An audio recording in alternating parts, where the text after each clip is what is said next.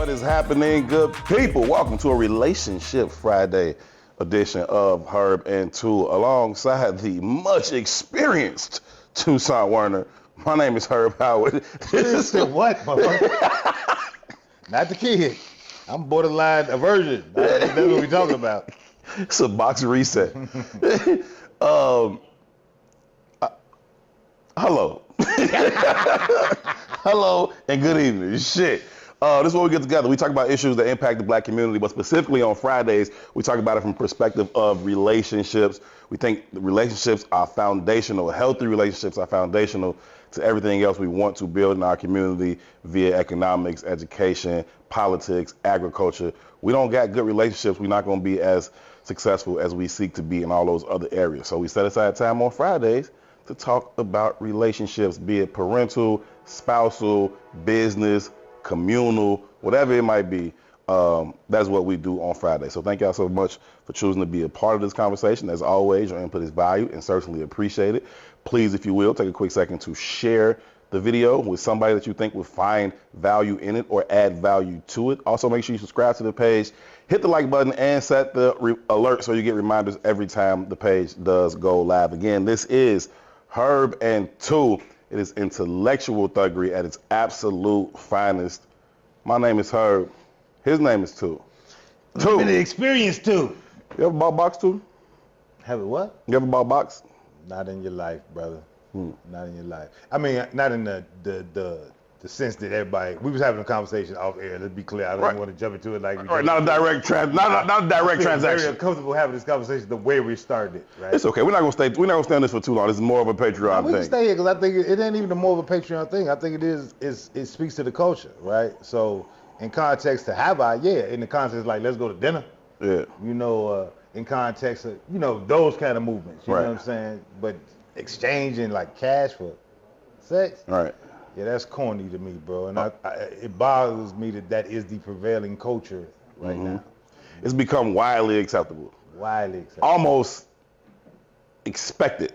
You know what I'm saying? Like it's almost to the point where like that is the expected transaction for sexual interaction. You know what I mean? Like, well, how much money you got? Like, wait, what? I'll tell you. I know someone in a city that is a bartender. I also happen to know that they are a sex worker. I made the mistake. You so respectable. Yeah, I am. She a hoe. I happen to know she's also a sex worker. They call them hoes too. Just since we using the right terms, you can use your term or we use it. Sure. And I'm saying hoe on purpose. I don't care if you're degraded or feel like, I've stepped over the line, but I think that's part of the problem. We keep moving the goalposts, and it makes a damaging culture an acceptable culture. So I'm going to say hoe. Okay. All right. Me having to know that she is, I wasn't very clear in my wording of a message to her.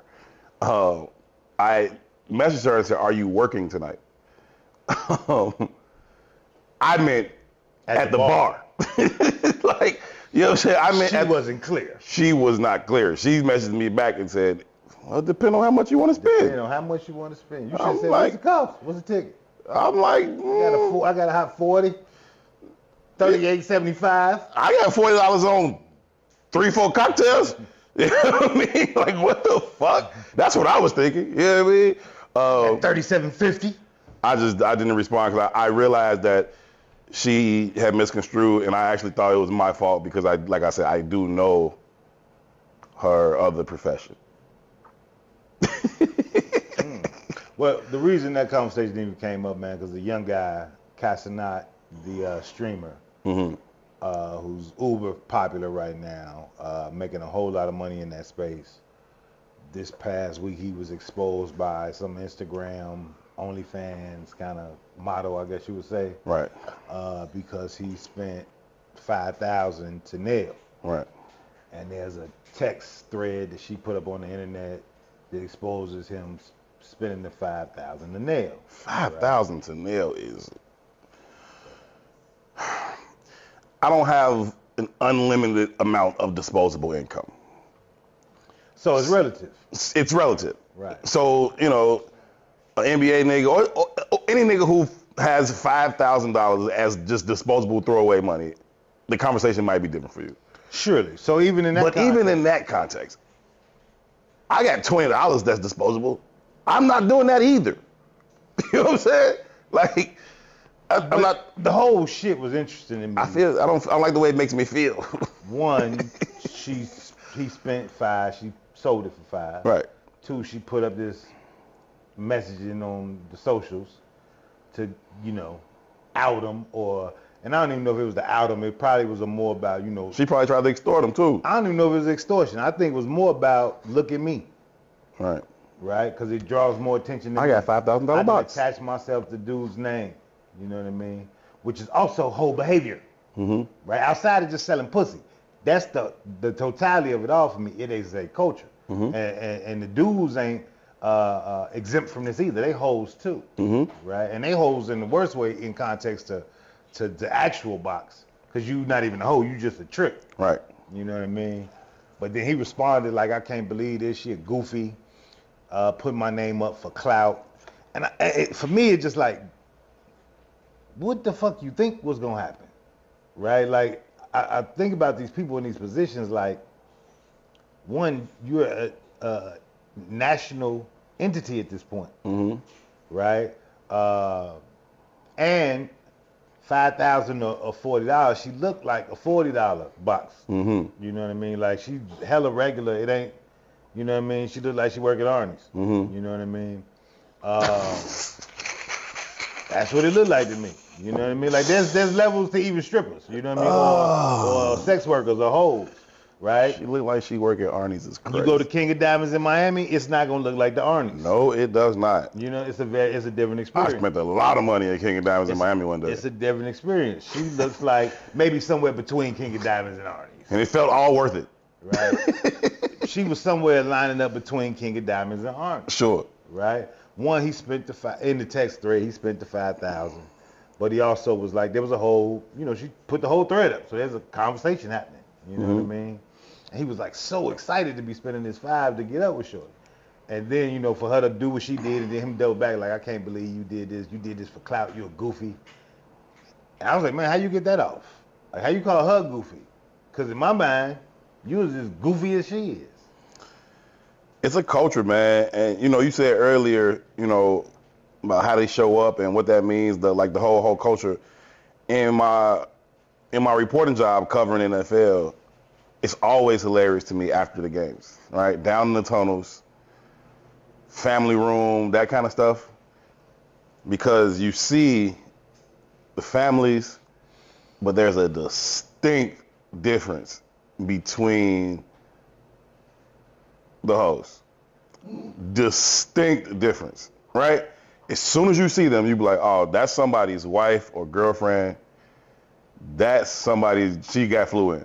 You know what I'm saying? Or she's trying, you know what I'm saying? Like, what's the difference? Their presentation, how they show up. Sweetheart, it's a football game. Sweetheart, it might be 35 degrees outside. This shit happens in December. You know what I'm saying? Like, it's a football game, first of all, even if it's nice outside. Mm-hmm. It's a fucking football game. Dress like you're going to a football game. That's what I would assume. Mm-hmm. Mini skirts, heels, areolas out. You know what I'm saying? Like, hoes don't get cold. Like, hoes don't get cold. Hoes don't get cold. That's a t-shirt. Hoes don't get cold. That's hilarious. But yeah, like, but you can see it. This thing, you be down in the tunnel and you see it like, oh yeah, she one of them, not one of those. You know what I'm saying? Like, and it's be interesting. So again, and I'm not putting this on the women, G. I think I want to be very clear in my conversation. Both parties are participating. 100%. Right? And it's clownish. And I think in context of the kind of conversations we be having, it speaks volumes. Now, that might be the extremes, but it's also, I'm saying the extremes in the context of how we view relating, right? But in and I'm only saying extremes in presentation. Sure. Right? Because I think even the genuine relationships or the relationships we wouldn't consider a hoe and a John is largely transactional, modeled by the same behavior. Mm-hmm. You know what I mean? I mean, what was it, 2 months ago? The big conversation was what restaurant we can go to and which ones don't qualify as a date. I can't go to whatever, I can't go to the Cheesecake Factory or whatever the fuck it was. Cheesecake Factory or whatever it was. It's the same shit, right? But we was having a conversation amongst us in the room. Mm-hmm. And there was differences of opinions just in the room. Yeah. Right? Now, I'm the old head in the room, so I know I be on some, I'm damn near, I ain't even Gen X here. I'm a fucking baby boomer in this motherfucker. Like, I align with 1950s philosophy. You know you're not that much older than Pete, right? And I'm not that much older than Ron. I know, but I'm still. But you talk like it's 100-year gap between you and Ron. My maturity level is way beyond y'all's. I'm like living dog years. Huh? How old are you, Ron? 32, like 15. And you 47? 46? 48. That's right. I just turned 48. I'm tweaking. You actually exactly 10 years older than me. You 48. No, you're not. You finna be 48. Finna be 49. No, you not, dog. Nigga, you telling me my fucking birthday. You was born in 76. Okay, maybe you're right. Yeah, that's how old I am. But either way, all right, cool. So all right, 15 years between you and Ron. That's definitely like 2-3 generations.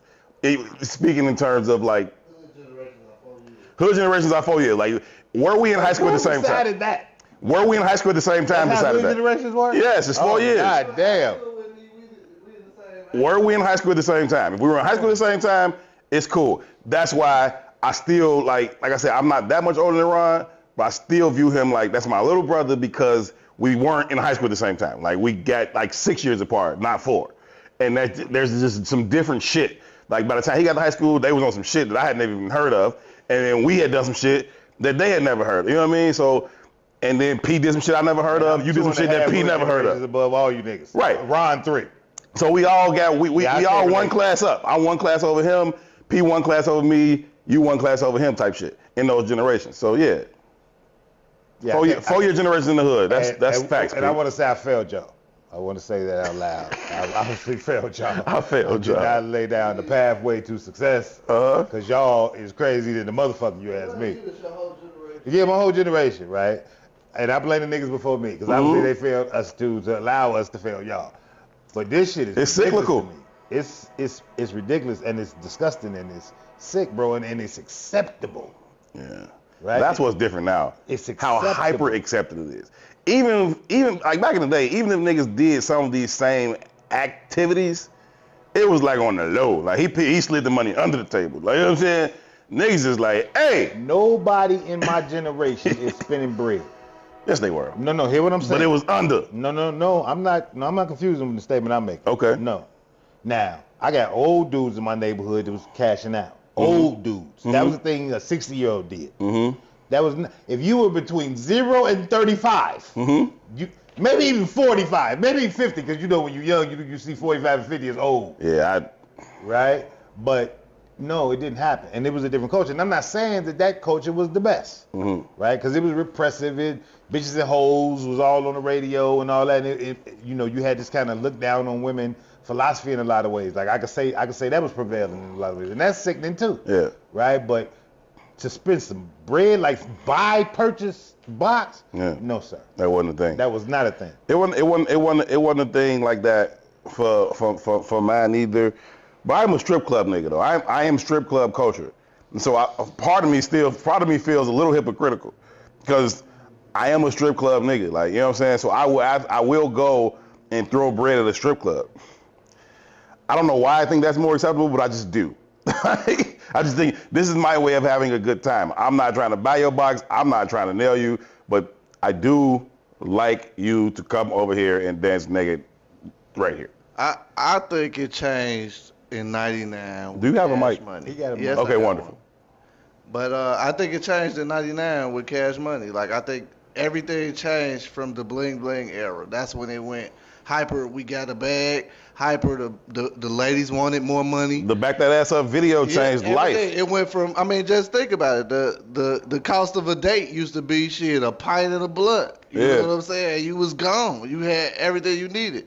Then it went to a fifth. and a 3.5. Right. Now the bitch want a whole zip, a 14. You know what I'm saying? Now she want half a zip and a half a gallon. So what did we say the other day? We probably said on the And she Monday can't show. go to Cheesecake Factory. We probably said on the Monday show a few weeks ago, right?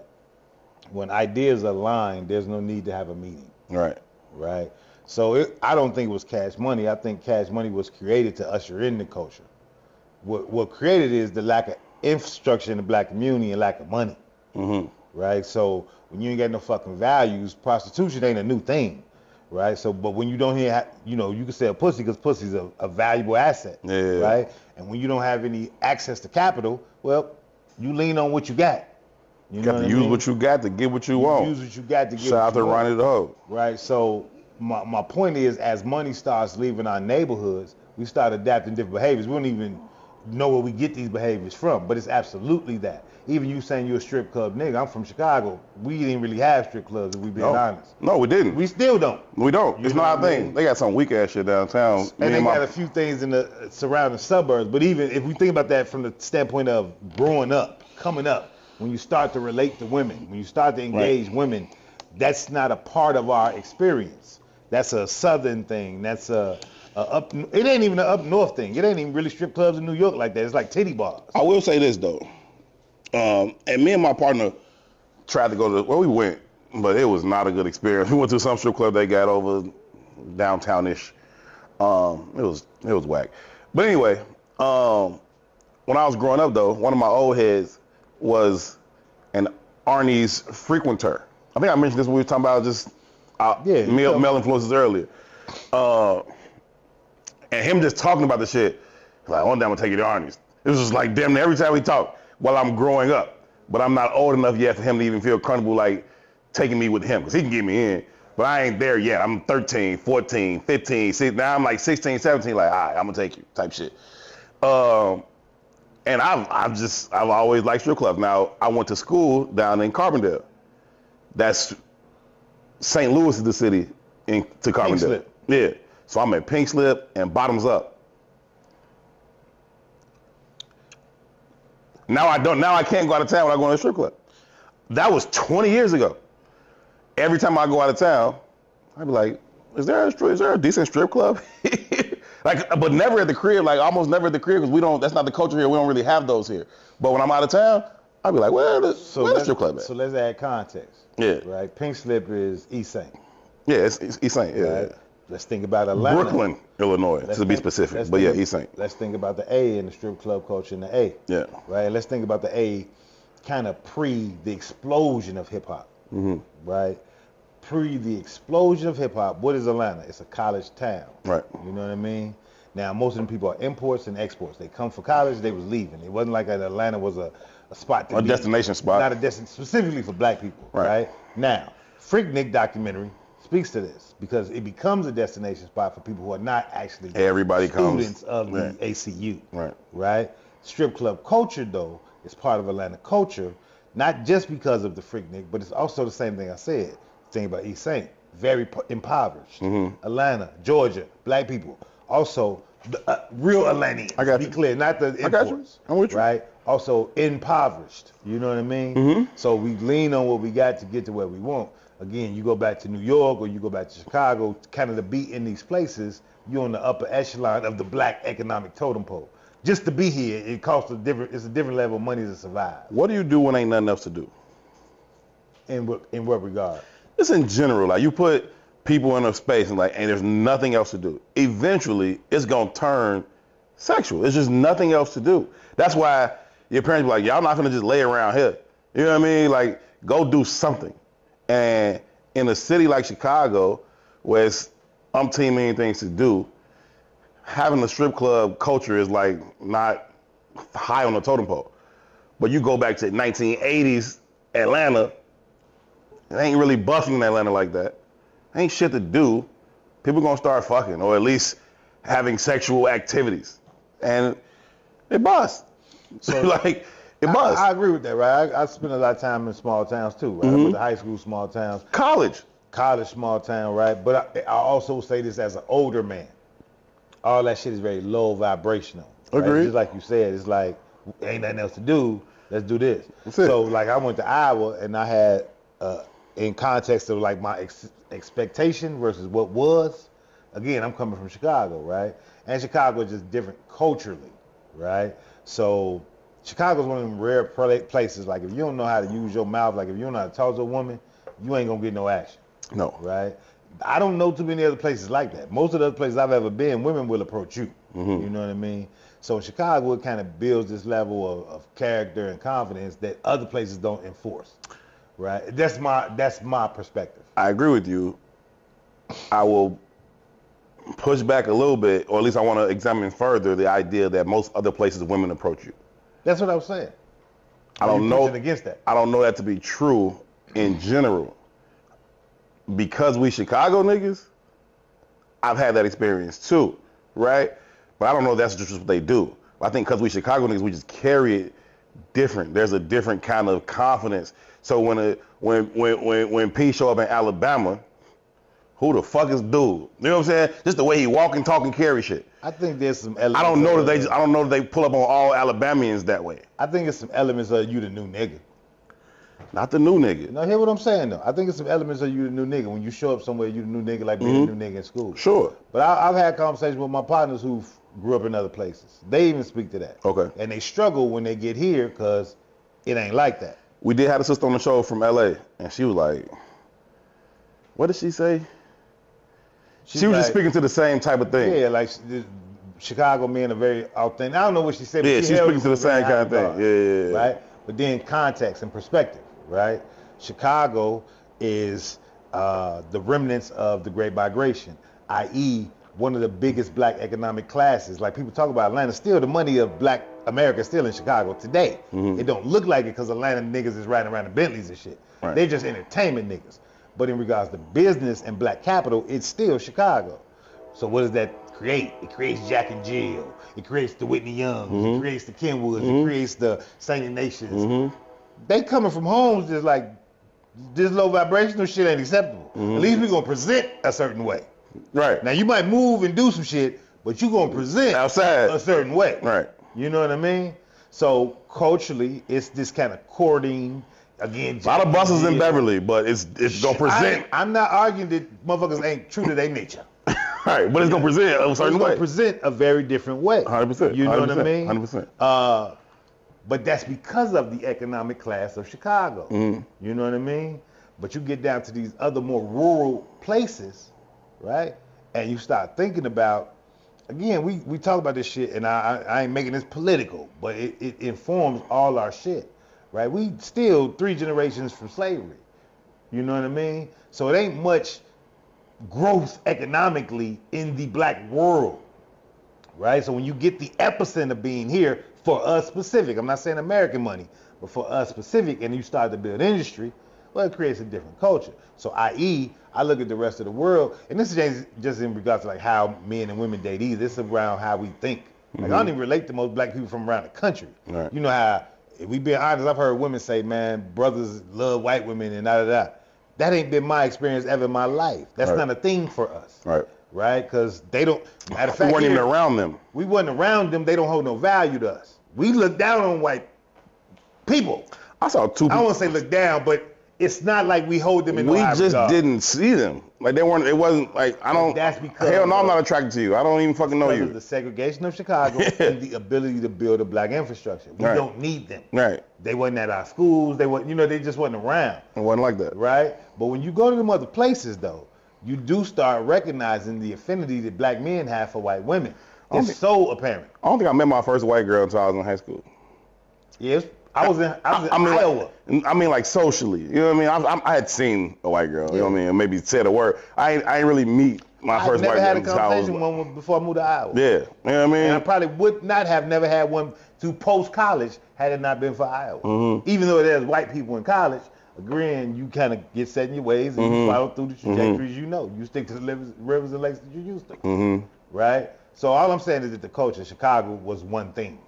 Or a multitude of things, but it presented in a more upwardly mobile way. Right? So women carry themselves in a certain kind of way. Right. Right? And over time, like if you look down the trajectory, you could see the degradation in that. You know what I mean? And it's interesting to look at. You know what I mean? No, I feel that, man. Dudes too. It's a degradation in the dude too. I'm not minimizing none of it, but it's also a remnant of finances and industry going away. So on the Monday show, we talked about black code, right? And while we're talking about what black communities used to look like and what black men used to do or still do, whatever, the issue that I was having when talking about black code on Monday, and if y'all not catching the Monday lives, y'all really need to start doing that. It happens every Monday at 1 p.m. Central Standard Time. You can actively participate in the show. You can put your comments in like we used to do back in the day. If y'all not catching those, y'all need to start catching those. It's 1 p.m. Central Standard Time right here on the Herb and 2 YouTube page. We do it live. My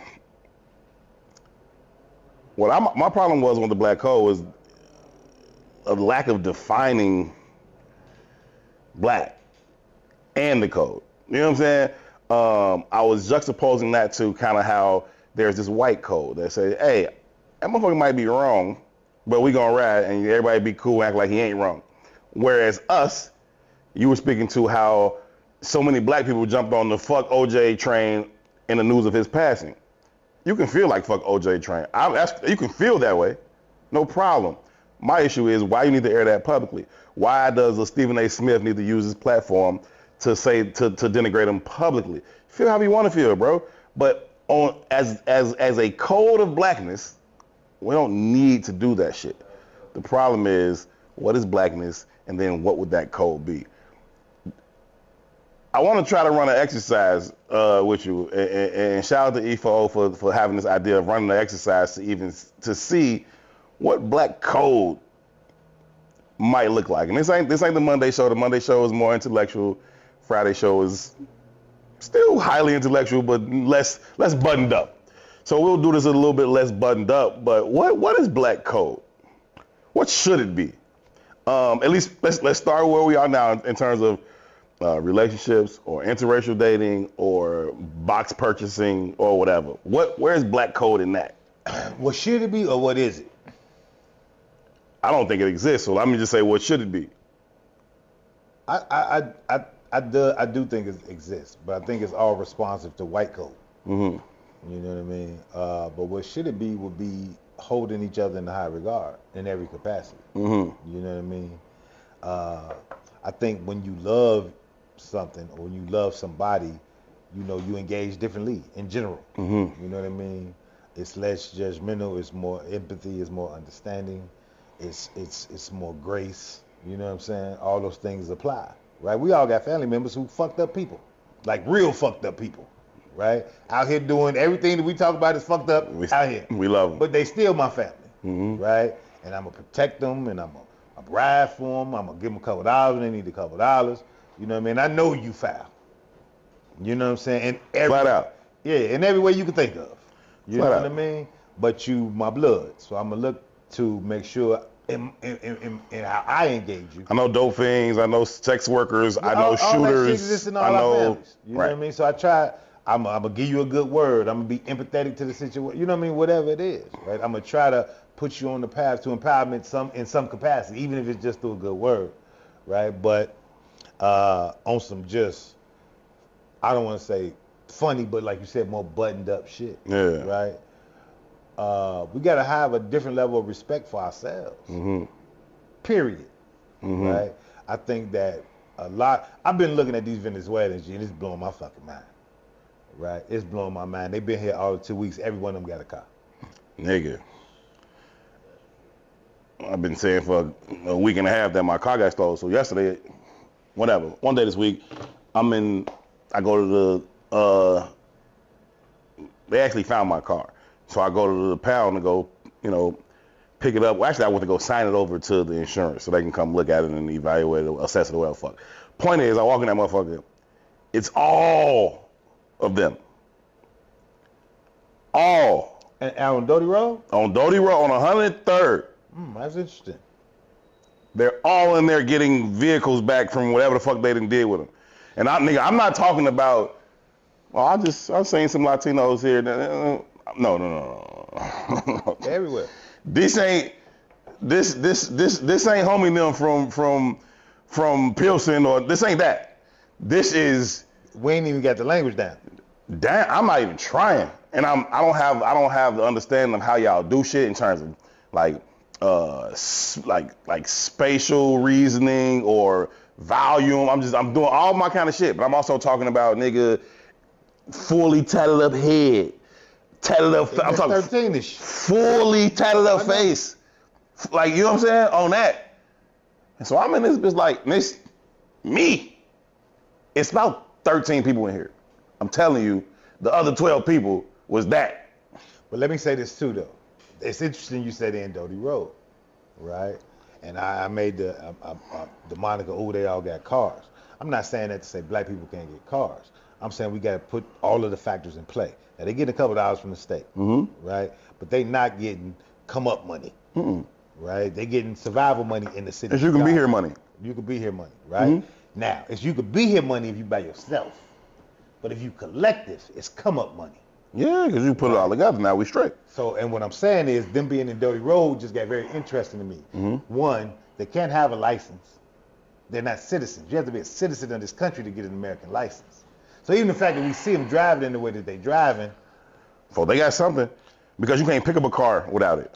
So that's what I'm telling you, though. You can if you got a goddamn infrastructure. Right. Right? So they got cars, they got mechanics, they got cousins. Somebody, it's a system making this work. Nigga. And all of them seem to have the phone number. I'm talking about full-fledged. I felt like, and you know, if you're from Chicago, you know how these fucking tow yards are.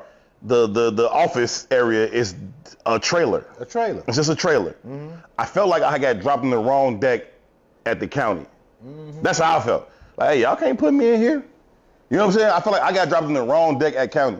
It was like, nah, all these, no. You know what I'm saying? And it was like, okay. You know what I'm saying?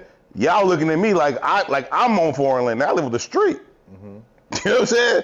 So now I gotta stare everybody in their motherfucking face. You fully tattooed face just looking. Now I gotta stare right back at you like, I'm on whatever you want. So, you know what I'm saying? It's like, it shouldn't even be that way.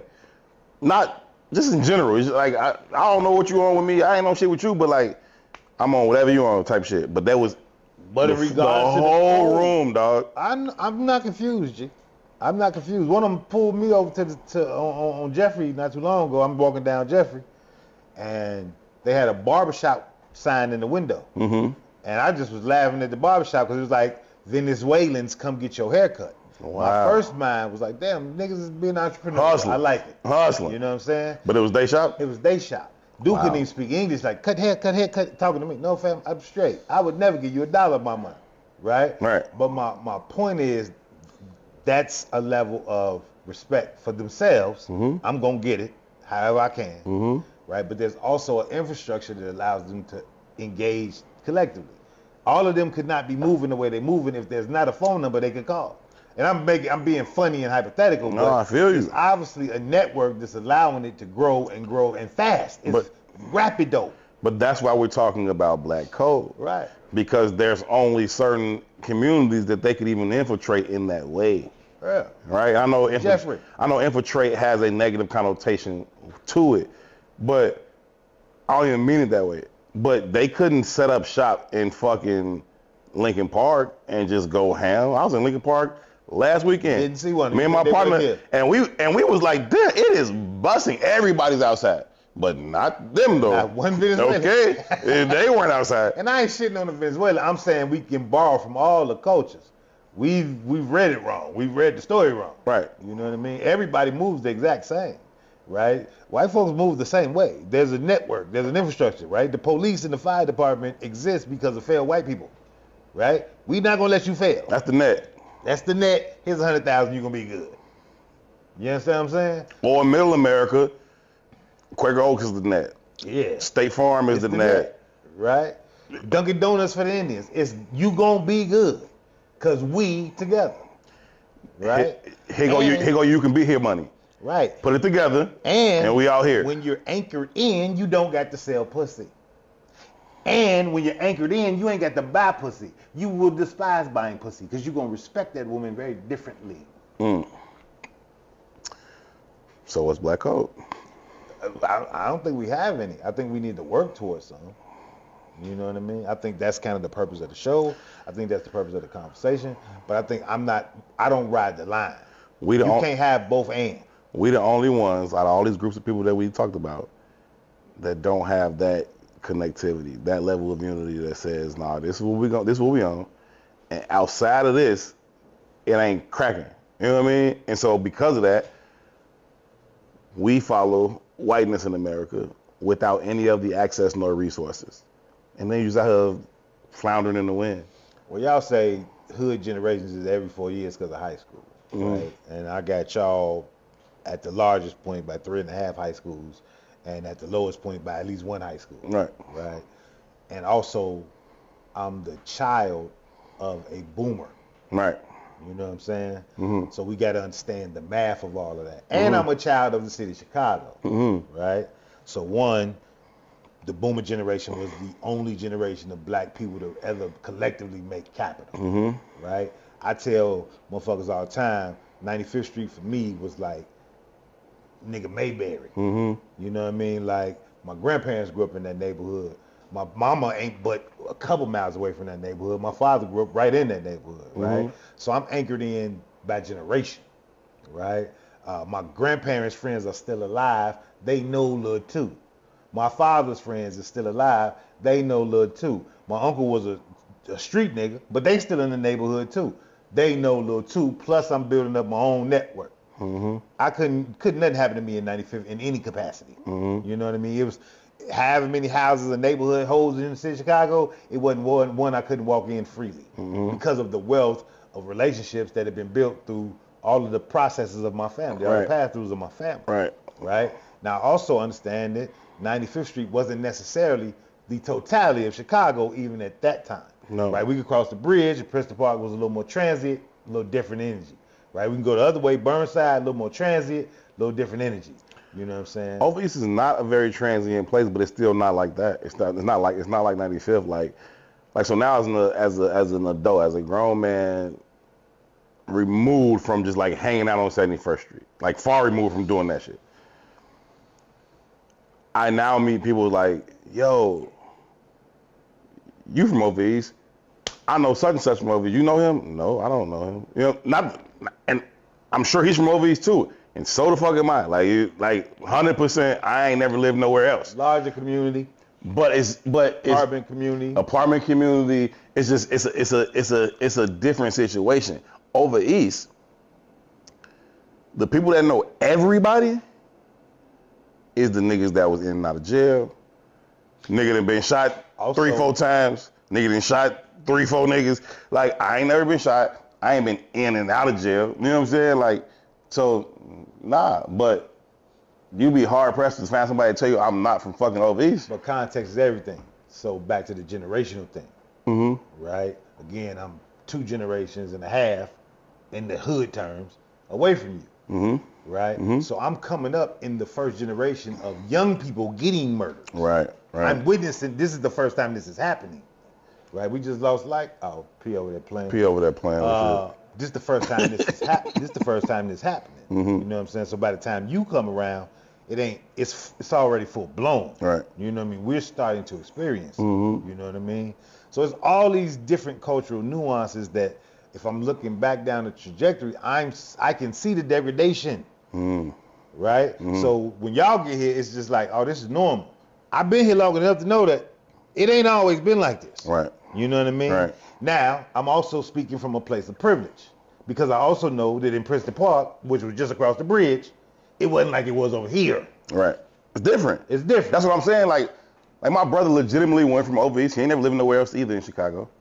The nigga literally went from over East to the fucking NBA. You couldn't stop a nigga over East and be like, hey, you know Ryan? Like, no. But everybody else does. You know what I'm saying? Like, it's a different thing. You know what I'm saying? But to that perspective, right? The Princeton Park girls, we liked them too. They was cute too. You know what I mean? Just little project girls. You know what I'm saying? But way looser than the girls on this side of the bridge. It was different, man. But everybody was always so. That's what's interesting about Black Code, because you talk about like not having a level of respect for the women and all that. Like you would view these things negatively because you have a different level of respect for them. But dog, all four of the men in this room, I'm sure, have the same experience with talking to women in a neighborhood that ain't yours. Do you know what I'm saying? And for us, like, my cousins grew up in Sircon. If you ain't from Chicago, or if you ain't from Chicago, none of this gonna make sense. If you are from Chicago, I'm talking about neighborhood over there on 75th, between like 70, 73rd, 76th, west of Stony Island. Over there in Sircon, that's where my cousins live. So I would go over there with my cousins. They was both girls. So all of their friends was on the market for me and my brother. You know what I'm saying? So we like, ooh, them Sircon niggas hated that shit though. Hated it. Them eyes. So on the one hand, like, you kind of want to protect them from some outside shit, but really I think you just saving them us. You can't have that. You know what I'm saying? And I just think I feel like we can find value for each other in some spaces, in some ways, but not in no real ways. Surely we can and we should. All I'm saying is speaking to the code, right? Like if we're talking about, because we talk about these things as if they're finite. I just had the opportunity to see the change. Right? I grew up in a world that didn't have internet, so I see the difference between what internet versus having internet. It's a very different thing. You know what I mean? I spoke to this the other day. Like Buster was on All the Smoke conversation. He was like, man, when I grew up, being smart was cool. And it was. You know what I mean? Like if you couldn't engage at a certain level, what's wrong with your goof ass? You know what I mean? Like you're a goof ass, right? Now I don't mean you couldn't do all the shit that was happening in the street too. The street nigga was a smart nigga. All that because it was a valued asset. I've told a story a lot of times on here about how me and my brother Matt had a fight his first day he came to my school because he was trying to outsmart my other homie. Yeah, so it's a valued asset, man. So, but as you see the lineage of that, right? It's a very different thing, right? And it plays out in every aspect of our lives, right? You start seeing these other things pop up, and because we think of it as finite, because this is our experience, those other things don't pop up as alarming. Like OnlyFans should be fucking alarming. You know what I mean? It's in your pocket pussy presentations. It looks opportunistic to us. Yes, it becomes okay because the border of what is and what isn't acceptable has been pushed, right? That shit ain't frowned upon no more. You want to feel about homosexuality, anti this or for this or whatever, but the openness of it is very different because the barrier has been pushed. I think the very nature of man and masculinity in general is to set up barriers, right? I had this conversation with you. I said that in my opinion, and then even an opinion, when you go down the understanding of masculine and feminine energies, the feminine is insatiable. Right? The man has to be rigid. We have to have boundary, right? But as you push that man to a more feminine space, there's less and less boundary. He becomes insatiable. Same thing, right? And it's what capitalism pushes you to do, right? So fuck this community. I just got to feed my need for materialism and things, right? And in that, women get abused, men get abused. Because you're just another material piece or another thing. Right? Children become like a dogs. Let's keep it a bean. Let's look at we look at dogs. Their goddamn outfit accessories. When they were family members for me. There's a very different thing. I grew up with Rottweilers. I love Rottweilers to this day. Every time I see them, I'm like, oh, they're going to rot. I still want Rottweilers. I just don't have time for them right now. I don't have the time to really be a Rottweiler dog owner. But I love them though. I grew up with them. My fucking dogs never had no fucking sweaters or shoes or kinds of dogs. Bow tie. Like why the fuck does my dog have a bow tie? Be clear, dogs were utilitarian. There was a necessary purpose. I think my dog would have bit me if I put a bow tie on that motherfucker. Hear what I just said? There was a necessary purpose for the dog. The dog was a line of security. Right. So when you see the little motherfucker that's this big, he's not utilitarian. I'm gonna kick his ass like a goddamn football if I want to come in your crib. He's not a threat to me in any capacity. You know what I mean? It's just an asset. It's an accessory. To my outfit. Accessory to my house. To you, right. This is part of what I'm supposed to have when I meet this space in life. Nah, my dog was a dog. And I'm not saying them people don't love their dogs. I don't even mean it like that. But it's not the same experience. Nah, it's not the same experience. You don't even see big dogs no more. My dog was, I say all the time, like, My partner like, I want a dog. Would you walk my dog? Fuck no, I'm not walking your dog. Because you're going to get a little fucking Shih Tzu dog. And if you see me walking down the street walking a Shih Tzu, I'm either gay or that's my girl dog. Either way, I'm not walking that motherfucker. Not today. Dudes get Shih Tzus too. It's a thing. It's a blur. That's what I'm saying. The lines just keep getting blurred. You know like, what I'm saying? fam, where's your German Shepherd? Where's your Rottweiler? Where's your Pit? Where's your Great Dane? Where's your Doberman? Like, a terrier, something. Come on, G. Work with me. Right. Then my day, the terrier was, you got a terrier? Get up. Right. Now a terrier's like, I'm proud of you, dog. Thank you. You're a real man. You're a real man. The fuck is going on with this shit, man? Yeah. Get a fucking dog. Fucking go to. Hey, you niggas get a dog, man. Get a dog if you're gonna get a dog. Yeah, get a dog, man. Shit. That little pocket person. Kill me, I don't man. understand that shit, bro. But all that speaks to the code, right? We've allowed the system, the umbrella system, to kind of dictate our behaviors, and we ain't even pushing back. Now we're pushing for the system to dictate our behaviors. Mm-hmm. Right? That's why you get shit like the slut walk. That's why you get shit like, you know, I'm proud of my failures. We have a lot of that. Right? Accept me for my failures. Accept my dysfunction. I gotta go to therapy. All that shit. All right, now, come on. I'll push back again a little. You push back all you want. I am proud of some of my failures. Not in that I failed, but in that they happened. I didn't fold under them bitches, and I pushed through and overcame. Then you're not proud of your failure.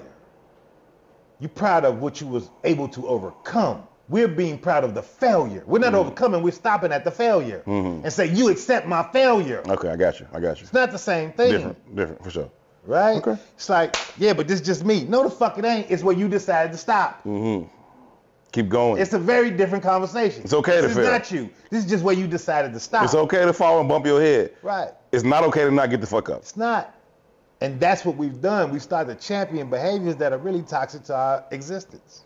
It's not a... Nah, I respect that. I.e., well, we use language like sex worker. No, you're a hoe. And I know it sounds degrading, but there was a reason why there was degradation behind that. No, you're not a, whatever the cool word for the pimp. No, you're not that. You're a pimp. And there's a reason why I was seen as that. Well, I remember young, my son was at the court. He said something like, hey, who? He was like, man, I'm a gangster. He hit a shot like, I'm a gangster. I pulled that nigga immediately. You know, what? Why you a gangster? Why you a gangster? How you a gangster? Right? What makes you a gangster? Again, how the mind works. In his mind, by hitting that shot and saying I'm a gangster, it was like a celebratory moment. No, that ain't nothing to celebrate. Say you the man. Because it's more important for me than you to be a man than associate. Because we've done that. We've circumvented manhood for gangsterism. Say I'm a hooper. Say I'm cold. Hear what I just said, though. I heard you. Most young boys are now aligning themselves with a thought process that I can be a gangster. Because there's no value in manhood. This is something that we talked about before, and you made a good point. I don't know that I fully have come over to your point on your way of thinking on this yet, but going back again to me being from over east, when Bump had his run and Goon Squad was on fire, like all them BON niggas would be like, gangsters do what they want, suckers do what they can, right? And I don't agree with that. That's the point I'm saying. You would always be like, nah. Like, any man who do what he wants is a sucker. Men do what they have to. Men do what they have to. Anybody can do what they want. A child can do that shit. That ain't nothing to be proud of. You're a fucking sucker. I feel you. That shit sounded cool as fuck when we went over east. Like, that's what they do. They make all the sick sound great. Nigga, I didn't even like them. Like, that's not true. I had a lot of friends that was foes, but the street politics dictated that we didn't get along. You know what I mean? But we went to grammar school together. You know what I'm saying? So some of y'all was absolutely my homies type shit. If not my friends, y'all was my homies. But even in not liking them niggas or not getting along with them niggas, I should say, I wanted that BON tattoo was cold as hell. I was like, I should get a BON tattoo. I wasn't one of them, but I know who the fuck owns big old nigga? Like, we all, like, fuck you, I'm getting a tattoo, nigga. I know all them little niggas, right? And they had a humongous financial materialism run. Materialism, financial, visible run. Sure. I was next to it, right? So I remember when Bump got the check. Yeah. He bought it was like 10 cars. I mean, there's a lot of cars that showed up. He had his suite downtown. He had the suite downtown, 2 stories. I remember that. Have you ever been in the suite downtown? Yes. So I remember being in the suite downtown, and I was appalled. And this is in love, right? Bump is my little man, right? But you couldn't furnish it. And the furniture you had in there looked like it belonged in Robert Taylor. He could have furnished it. He didn't know, bro. Hold on, but that's kind of my. That's what I'm saying. The whole trajectory of my point. You know, right? And I'm not shitting on Bump at all. And I'm speaking to it in totality. That shit looked like one of them throwaway apartments they used to have over there on Clyde. It absolutely did. So it was a futon in there. It was an airtime, fucking air mattress over there in the corner. Like baby bed, it looked like they got it from the thrift like, store. You and niggas is bugging. I'm not knocking none of that. Yeah, but what them niggas know? They don't. And I'm not saying you gotta, again, back to codes. Them niggas couldn't find a real furniture store with a map. Again, back to codes and value though. Mm-hmm. Right? Value the address. Right. Didn't value the home. Right. And be clear what that means. Because what's the value of a home? It's a sanctuary. Right. This way you get away from the bullshit. Right. But from a materialist perspective, it's the address that means the most. Right. Right. We've all walked into them homes that were beautiful, but they didn't feel like a home. Didn't feel like a home. No. You know what I mean? No. So the cars, beautiful, great. Big, I remember the chain. The chain was like $300K, right? Now, the BJ Flawless swing like Dre Dawson. Now, we know all of them. And I ain't even gonna name all their names. But there was a lot of them that was like tight. Mm-hmm. Right? How many of them went to the penitentiary after that? Most. Right? How many of them got shot up after that? A lot. You understand what I'm saying? Like, we can go down the line. Today, how many of them can you even speak to about having any value in the lexicon of humanity? Very few. You understand what I'm saying? But all of the young niggas looked at it like, this the thing to do. And I'm not exempt from that. Because at that age, I'm operating in a certain frequency too. Right? And they was getting it. Mm-hmm. It looked like success. Mm-hmm. You know what I mean? And we using Bump because that's tangible. But it ain't no different than the Instagram model. It ain't no different than, you know, the shit, the YouTuber for that matter. You know what I'm saying? It's very little substance, maximum success, and it creates a maximum success in the material financial space. And it creates a world where these become value assets. And for the people under, like, I don't have to do no work because I could just go video game. I could just go, it's easy in their mind. You know what I mean? Yeah. But it's really degrading the lineage of your value systems. I want to ask you a quick question. I want to ask this to everybody. A couple quick questions before we get out of here, and then we get into this Patreon episode.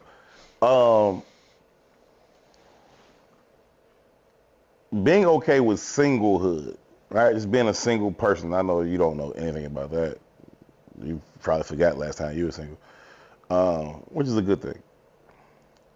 But being okay with singlehood, do y'all think people are just coping with that, or are they actually thriving within that shit? Like is that really their choice, or they just finding their way through singlehood? I mean, we got this culture where it's like, I don't need this, I don't need no nigga, I don't need no woman. Like, okay, coping or thriving? So I don't, listen, man. I think it's again, I also make the argument between man law and universal law. Mm-hmm. I think humans, much like every other species on the planet, was meant to share this experience. Mm-hmm. I do, right? But I also know that until you get into the spirit of this experience, you're going to deal in man law. Mm-hmm. And back to finance, Mm-hmm. and back to capital, and back to opportunity, right? This specific environment does not anchor or undergird black relationships because black people are up against immense poverty. So there's nothing to anchor you in, right? Because you're not operating in the spirit. It's Kevin Samuel's argument.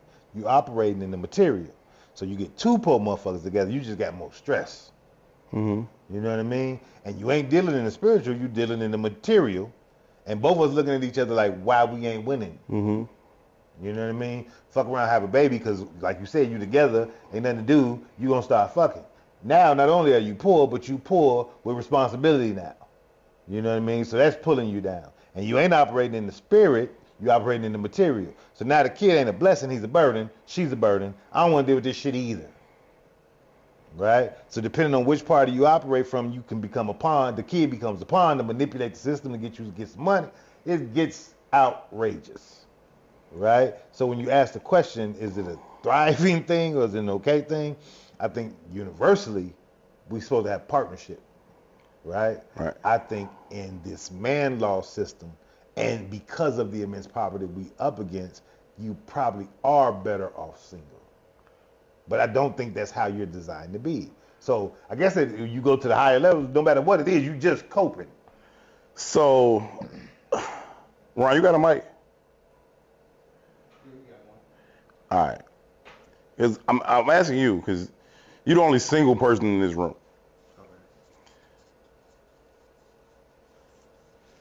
Thriving or coping through singlehood? I would say coping, but I say coping. But I wouldn't say coping as in like, I say coping. I'm definitely not thriving because I believe in relationships. Mm-hmm. To some extent. But like,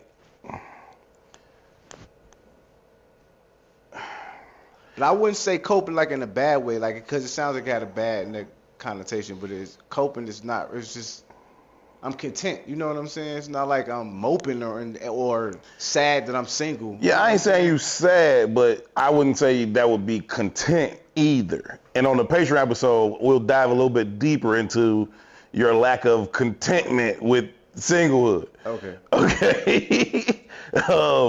But as you find yourself within it, like, is it something that you like actively try to get out of, or is like, I'm here for a good time, not a long time? No, I'm not actively trying to get out of it. Sometimes I'll be relieved that I'm single. Like especially as I look at my peers and what they going through, relationship wise. Sometimes I'll be like, man, I'm good. I'm good where I'm at. You feel me? What do you most dislike about relationship, at least from your perspective? About relationships? The relationships that you see, that once you speak on, like, I'm good on that shit. Like, what are the things that you don't like about that shit? It's a lot of infidelity. Most of them aren't really. I feel like if you searching for shit outside of your relationship, like relationships, then you're not satisfied. You don't want to be there. You know what I'm saying? You're not happy. I see a lot of infidelity, and that's like the biggest thing for me. Like, man, you don't have to be there. You cheat. You don't have to cheat. You feel? All right, I feel you largely on one hand, and obviously, you know me, there's some other shit I would want to go deeper into, but we can talk about that on the Patreon in a minute. All right, if those are the things, if infidelity is one of the biggest things you don't like, or one of the biggest quarrels you have with relationships, what are the things that you do like about being single? Just that right there, like the part that I don't have to commit. You rest peacefully at night knowing anybody cheating on you? Yeah, just that part alone, like shit. Ain't nobody lying on me. Ain't nobody lying to me. I'm not lying to anybody. I don't have to lie to anybody. But let me say this though, G. That's coward behavior, and I'm not calling you a coward. I'm saying it's a coward culture. You don't even see it as such, right? I do. Okay. To what? Not want to. It's fear. I see it as such. I see it. Your whole expression was fear. You don't even see it as that. Why you say that? Because that's what you're doing. I don't want to be taken advantage of in this way. So I'm gonna deny myself access to what I desire. No, that's not what I'm saying. I'm not saying I'm afraid of being cheated on, and that's what's keeping me from being in a relationship. He just asked me what I don't like most about what I see in relationships. But because I feel more like hurt when it comes to relationship. Anyway, like I feel like you should be able to do whatever the fuck you want to do. I disagree with that. That's a large generalization about what I think about relationships. Not in as your own person. Like I'm one of the people. I feel like I don't care what you have got going on. Like I feel like you should be able to do whatever makes you happy. So I'm not. There's not a fear that you're gonna go cheat on somebody with me. Because if you're gonna do whatever you're gonna do, that's just what you're gonna do. You know what I'm saying? I don't fear that in relationships. I feel you on that. I'll respond to that generalization, later. I don't feel you though, bro. Right? And again, context is everything, right? It becomes like, what is the value of relating? You have to get to that part first, right? Now, we living longer, communities, environments is changing, like shit is different. Right? I just told y'all I'm anchored into a baby boomer, right? I might be the only one it might not be, it might be one other person in this room anchored to a baby boomer. You know what I'm saying? But we got perspective. I just said I'm 3 generations away from slavery, right? Motherfuckers was dying at 27. You understand what I'm saying? So they had full-blown families by 13. 19. You understand what I'm saying? And the investment became in the family. I ain't saying all the people was upright. I know a bunch of my uncles and grandfathers who had families down the street, right? 100%. And then you just adjust it. You know what I mean? I don't know what that grandmother did. I don't know what that grandfather did. I know, and I'm not speaking specifically about my grandparents because I don't know their business like that. I didn't know them like that. I knew my grandmother, but my grandfather was gone before I got here, really. I got Howards, like cousins, this Howards from another relationship. That's not my they ain't my grandma's offspring. Also, but they are my grandfather's. Community works when you're not living in fear. We say Herb's love style, but this is just real life, right? So I got other elders who got whole other families, right? And from us, the children's perspective, we like, damn, that wasn't a problem. And it probably was some kind of a problem. Sure. At some point in time. Sure. But eventually, it was mended, and both parties accepted both situations, right? So the what was the side 2 years ago, now grandma going to the side house to bring her food because she's sick. You know my cousin Ray? Me and my cousin Ray are from 2 different, and we first cousins, but we are from 2 different iterations of my grandfather's families. Yeah. My grandmother ain't Ray's grandmother. Right. You know what I'm saying? No, I get it. But we grew up together though. Yeah, that's my first fucking cousin to this day. That's my nigga. Like, you know what I mean? Like, yeah. And I'm not saying that's acceptable. Context though, right? We just talked about black codes. I know we're gonna go to Patreon. You gotta understand, man, they had fucking breeding farms for slaves, bro. Right? So it might be one dude that impregnated 100 and some women. Nigga, we all cousins. High key. And we have no way of knowing. You have no context of knowing. So being dropped here, it allowed you to do one of 2 things. Either mimic the existing culture or try to create your own. Because we don't have one. There's a misinterpretation of us being African in that context. Even if you take a motherfucker that's from Nigeria and a motherfucker from South Africa, they ain't the same. Yeah. So you put them together, they don't speak the same language, they don't eat the same foods. So that they are commingled and they have to exist. And you up against the pressures of being a fucking slave. Yeah, just sticking with American shit though. Sometimes there are things that happen that are so significant that it changes every fucking thing thereafter. And American slavery is absolutely one of those things. It changed. You can't go backwards. Informed every decision we've made. You know what I mean? So you a Haynes, I'm a Howard. That's merely based on who the fuck owned our ancestors. That's it, right? You know what I mean? But how the fuck the Dutch last name? Say my ancestor was actually a Haynes. And then one day, Master Haynes, you, Herbert, we selling you today. You gone. We sold you to Master Howard. Now I'm a fucking Howard. That mean we ain't brothers no more? We have no fucking idea. You know what I'm saying? Like, me and you could absolutely be fucking brothers, cousins. Like, we have no idea. No fucking clue and no real way to work back on it. But I say all that to say, think of that dysfunction. Just that dysfunction. And I always say we not that far removed from that. Yeah, we talking about a handful of generations. But I also think not hood generations. It's a far cry from where we are. Right? And it's really not. We were slaves longer than we've been free. What we say, 2 grandmamas ago? 3 grandmas ago at best, right? My grandmama definitely knew some slaves.